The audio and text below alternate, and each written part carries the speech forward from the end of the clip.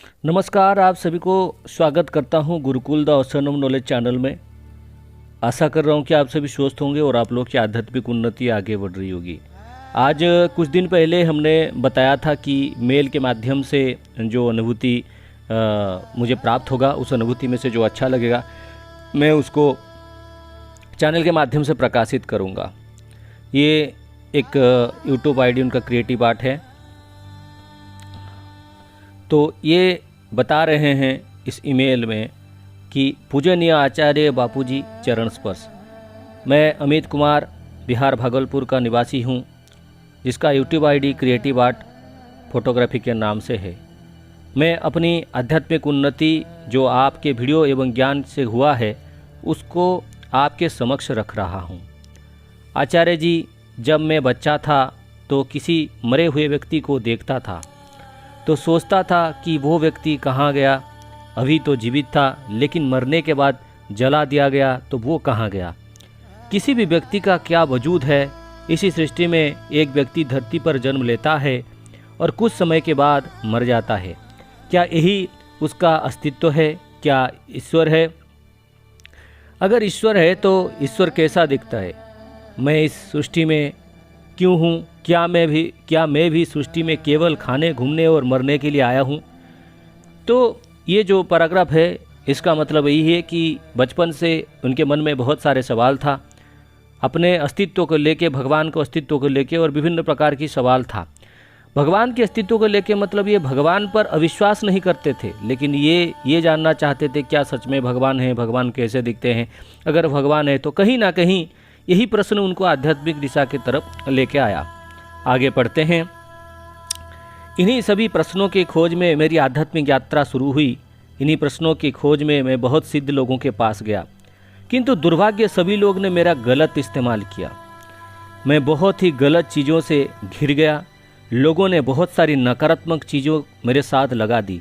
मैं बता नहीं सकता कि क्या क्या मेरे साथ हुआ है। इतनी ज़्यादा नकारात्मक चीज़ें मेरे साथ थी कि मुझे कभी कभी आत्महत्या का भी मन करता था, किंतु सर्वशक्तिमान ईश्वर की कृपा से आज जिंदा हूँ और मेरी आध्यात्मिक मार्ग आगे बढ़ रही है। मैं जिन जिन लोगों के पास गया सभी ने मेरे साथ गलत किया, तो एक समय मुझे लगने लगा था कि इस धरती पर अब अच्छे साधक नहीं है। तभी ईश्वर की कृपा से आपका वीडियो मैंने यूट्यूब पर देखा। शुरुआत के दिनों में मैं केवल आपका वीडियो देखता था और आपसे केवल ज्ञान लेता था। कोई भी प्रक्रिया आपके द्वारा बताया गया मैं नहीं करता था, क्योंकि मुझे हमेशा डर लगा रहता था कि आप भी कहीं गलत ना मेरे साथ कर दें। किंतु धीरे धीरे आपका वीडियो देखकर और लाइव सेशन सुनकर मुझे विश्वास हुआ कि आप उन जैसे नहीं हैं। देखिए, सर्वप्रथम मैं इनके अनुभूति के माध्यम के द्वारा मैं सभी साधक को एक बात कहना चाहता हूँ। कोई भी जो वीडियो देते हैं आप उनको गलत नहीं बोल सकते, ठीक है, या फिर सही, पूरी तरह से सही भी नहीं बोल सकते। हर व्यक्ति का मार्ग अलग होता है, हर व्यक्ति का सोचने का नज़रिया अलग होता है। कोई वाम मार्ग में साधना करता है, कोई दक्षिण मार्ग में साधना करता है, कोई किसी दूसरे मार्ग में साधना करता है। लेकिन ये होता है समय के हिसाब से आपके जीवन में कोई आना, समय के हिसाब से आपके जीवन से कोई जाना, ये पूर्व निर्धारित होता है। मैं इनसे यही कहूँगा कि ये जो समय था, इस समय में उनके साथ जो सब कुछ हुआ मैं आपको बताना चाहूँगा। ये कुछ बोल रहे हैं, मेरे साथ ऐसा भी हुआ है। जब मेरे शरीर की पीड़ा थी, जब मेरे कष्ट था, जब मेरे विभिन्न प्रकार की बाधाएं थी, मैंने भी 50 बड़े से बड़े सिद्ध महापुरुष तांत्रिक विभिन्न लोगों के पास गया, सभी से पूजा पाठ करवाया, कोई एस्ट्रोलॉजर हो, कुछ भी हो। उस समय कुछ भी काम नहीं आया। जब व्यक्ति के अंदर यही चीज़ आता है कि अब कहीं कुछ भी, किसी भी दिशाओं में कुछ काम नहीं हो रहा है, तो खुद को ही कुछ करना है, तब उसी व्यक्ति का आध्यात्मिक उन्नति उसी दिन से शुरू हो जाता है। इस बात को नोट डाउन करना। जब चारों तरफ से आपको निराशा ही मिलता है, तब आपके अंदर के जो परमात्मा, आपके छुपे हुए इष्ट देव, तो यही देखते हैं कि ये मुझे कब पुकारेगा, ये जब मुझे कब बुलाएगा ये, तो इसके पास मैं जाऊँगा। क्योंकि आपको खोजना पड़ता है, आपको एक प्रकार से तप करना पड़ता है, उसके साथ ही जो है आपको कुछ प्राप्त होता है। तो कि धरती पर अच्छे साधक नहीं हैं। तब ईश्वर की कृपा से आपकी वीडियो मैंने यूट्यूब पर देखा। शुरुआत के दिनों में केवल आपका वीडियो देखता था और आपसे केवल ज्ञान लेता था। कोई भी प्रक्रिया आपके द्वारा बताया गया मैं नहीं करता था, क्योंकि मुझे अच्छा ये मैंने पढ़ा था, क्योंकि वो हमें भी थोड़ा विश्वास करने में उनको समय लगा और कोई भी वो वीडियोज़ वगैरह का नहीं देखते थे, कोई भी वीडियो नहीं करते थे। फिर मैंने आपके कुछ वीडियो देखकर उसकी प्रक्रिया किया, जिसका आश्चर्यजनक रूप से मेरी आध्यात्मिक जीवन पर प्रभाव पड़ा है। ये बात ईश्वर की साक्षी मानकर कह रहा हूँ। देखिए, मुख्यतः कोई भी आध्यात्मिक जो मार्ग में होता है वो इस प्रकार की अनुभूति को बहुत कम ही झूठ बोलता है। कोई अगर अपना पब्लिसिटी करवाना चाहता है तो अलग बात है, लेकिन बहुत कम लोग होते हैं। कोई साधक भगवान के नाम पे कोई भी झूठ नहीं बोल सकता, या फिर जो धर्म पर अपने धर्म पर जो विश्वास रखता है, आस्था रखता है, वो कभी ऐसा झूठ नहीं बोलेगा। तो पूरी तरह से आपके ऊपर विश्वास है, कोई भी इसके लिए आपको कोई भी ये करना नहीं चाहिए। मेरी आध्यात्मिक यात्रा धीरे धीरे आगे बढ़ रही थी कि आपको मेरे बारे में कुछ गलत जानकारी मिली और आपने मुझ पर झूठा आरोप लगा दिया। मैंने उन आरोपों को खंडन भी किया। मैंने कहा कि मैंने ऐसा कुछ नहीं किया, किंतु आप नहीं माने। जब आप नहीं माने तो मैं उस अपना भाग्य समझकर शांत हो गया। ईश्वर की साक्षी मानकर ये बात कह रहा हूँ। एक बात कहना चाहूँगा, ये जब व्यक्ति ये हमेशा हमारे लाइव सेशन में जब हम कोई भी प्रकार की मंत्र जाप की बात बोलते थे, ये हमेशा चिता के में कैसे साधना किया जाता है, कैसे उस प्रकार से साधना किया जाता है, अघोरियों का क्या होता है, क्यों मारण साधक क्या करता है, विभिन्न प्रकार की ऐसे बात बोलते थे। मैंने उनको बहुत बार रोका, बहुत बार उनको समझाया कि आप लाइव सेशन में ऐसे बात ना करें।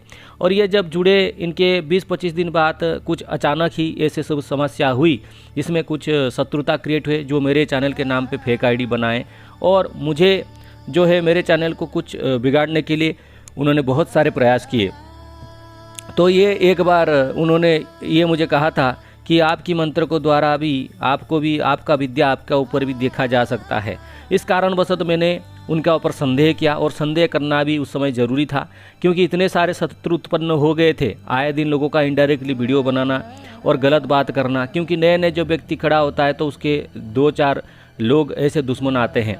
कई बार लोग आके कमेंट में हमें गलत बात बोले, कमेंट में हमें विभिन्न प्रकार की गलत बात बोले कि 2 कौड़ी का पंडित है, तू तो नरवाण मंत्र का बारे में मत बोल, दुर्गा सप्तशती के बारे में मत बोल, कुछ मत बोल, ऐसा कर, तेरी औकात है ऐसा पूजा पाठ करने का, साधना तेरी औकात नहीं, बहुत सारे बात बोले। तो कहीं ना कहीं इस चीज़ को इंटरलिंक करते हुए मैंने उनके ऊपर संदेह किया। मैं लाइव ही मान रहा हूँ इस बात को।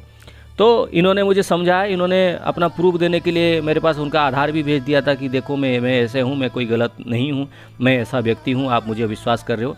लेकिन उस समय मैंने सभी से दूरी बनाने की प्रयास की, क्योंकि मुझे जो इसके पीछे जो मास्टरमाइंड था उसको मुझे ढूंढना पड़ा, और उसको ढूंढा भी गया और उसको अच्छी तरह से महारुद्र की त्रिशूल सेवा भी दिया गया।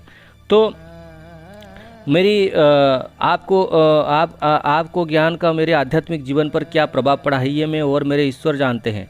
आज भी मैं किसी उलझन में होता हूँ तो आपका वीडियो मेरा मार्ग प्रशस्त करता है। आज मेरी आध्यात्मिक उन्नति का सबसे बड़ा कारण आप है। आप एक साधक हैं, इस बात की सत्यता का जांच कर सकते हैं। मैं अपनी तरफ से अपना पक्ष रखने के लिए अपनी एक फ़ोटो भेज रहा हूं। आगे ईश्वर की मर्जी, आप मुझे झूठा समझो या सच्चा, मैं हमेशा आपको सलामती के लिए ईश्वर से प्रार्थना की है। आपका धन्यवाद कि आपने एक अवसर प्रदान किया मुझे अपनी बात रखने का। इसके नीचे इनका फ़ोटो है, मोबाइल नंबर है, उसको मैं पब्लिक करना नहीं चाहता, क्योंकि मुझे नापसंद करने वाले कुछ लोग हो सकता है कि इनको फ़ोन करके परेशान करें, और जो लोग मुझे नफ़रत करते हैं या फिर मेरी कार्य को वो पसंद नहीं करते हैं, वो उनको जो है कुछ गलत उनके साथ कर सकते हैं। तो इस चीज़ को लेके हमें इनकी प्राइवेसी को ब्रेक करने का कोई आवश्यकता नहीं है। मेरे इस अनुभूति के माध्यम से मैं उन सभी साधक से एक अनुरोध करना चाहता हूँ मेरे तरफ से, कि जीवन में कोई भी अगर भटकता है, अगर 100 सिद्ध के पास भी आपका कुछ नहीं हुआ, तो आप समझ लेना कहीं ना कहीं आपके अंदर थोड़ा गलती रहा होगा। पहला गलती होता है आप में विश्वास की कमी। मैं ये नहीं बोल रहा हूँ कि हर कोई सच्चे मिलेंगे, हर कोई झूठे मिलेंगे, हर कुछ भी है। ये जीवन का एक रास्ता होता है। जैसे आप ट्रेन पे जर्नी कर रहे हैं और आप ट्रेन में जाते हैं, आपका स्थल होता है जहाँ पे आपका डेस्टिनेशन होता है, वहाँ पे आपको पहुँचना है। उस समय ट्रेन में जाते जाते बहुत सारे लोग मिलेंगे, कोई 2 मिनट बात करेगा, कोई 5 मिनट बात करेगा, कोई 10 मिनट बात करेगा, कोई लंबा यात्रा में बहुत सारे बात करेगा। लेकिन आप अपना लक्ष्य स्थल को कभी नहीं भूलते। अगर 3:40 पर ट्रेन उसी स्टेशन पर खड़ा होना है, 3:30 से पहले ही आप रेडी हो जाते हैं कि मेरे को सारे सामान पैक कर देना है, क्या करना है, वहाँ जाएगा स्टेशन, उतरना पड़ेगा। भाई उस समय आप वो नहीं देखते कि आपके साथ में जो व्यक्ति थे वो क्या बोल रहे थे, कुछ कर रहे थे। मेरी बात को समझ रहे हो ना? तो जब आप आध्यात्मिक यात्रा करते हो, आपके साथ बहुत सारे लोग जुड़ते हैं, आपका गुरु जुड़ सकते हैं, आपके शिष्य जुड़ सकते हैं, लेकिन ये बात आपको पता होना चाहिए कि आप में कितनी समर्थ है कि आप अपना लक्ष्य को पूरा प्राप्त कर सको। इसलिए हर साधक को यही अनुरोध है कि गुरु देखिए, पहले तो ईश्वर की कृपा से प्राप्त होते हैं, पूर्व जन्म की आपकी अच्छाई के लिए गुरु प्राप्त होते हैं। तो अगर जीवन में गुरु प्राप्ति होता है, अगर आपको जीवन में गुरु प्राप्ति होता है, तो आप पहले समझे कि किस कारणवश प्राप्ति हुआ है, आपके जीवन में उनका रोल क्या है, कैसे वो आपको आगे बढ़ाएंगे। तो अगर आपको एक गुरु मिले हैं तो उन्हीं से चीज़ को समझने की कोशिश करिए और आगे बढ़ने की कोशिश करिए। गुरु एक ही होते हैं। गुरु को आप देखिए, पहली तो बात है कि जैसे बचपन में एक गुरु हो गए, बाद में आ गए थे और एक गुरु हो गए, फिर थोड़ा बड़े हुए तो और कुछ गुरु हुए, अभी कुछ चीज़ की प्राप्ति करना और गुरु है।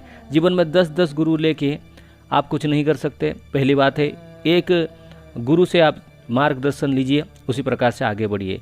मेरे कहने का तात्पर्य यही है, अगर आप इस चैनल को देखते हैं, इस चैनल से आपको कुछ लाभ मिल रहा है, तो आपको मैं ये नहीं कहूँगा कि दूसरे चैनल को ना देखें, दूसरे चैनल को देखें, चीज़ को जाने समझे, लेकिन कभी भी आप जो है पूरी तरह से ये ना करें कि हर साधना करके अपने आप को भ्रमित ना करें।